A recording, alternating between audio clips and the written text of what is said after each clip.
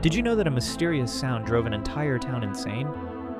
In 1991, Joe Mullins moved to Taos, New Mexico, seeking peace in the quiet desert town. But soon he heard it. A low, constant humming that never stopped.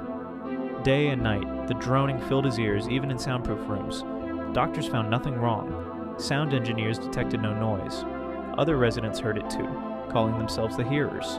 Sleep became impossible. Paranoia consumed them.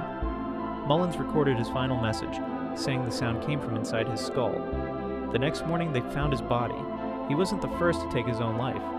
The Taos hum continues today, tormenting selected residents with no explanation. Some mysteries are too dark to solve.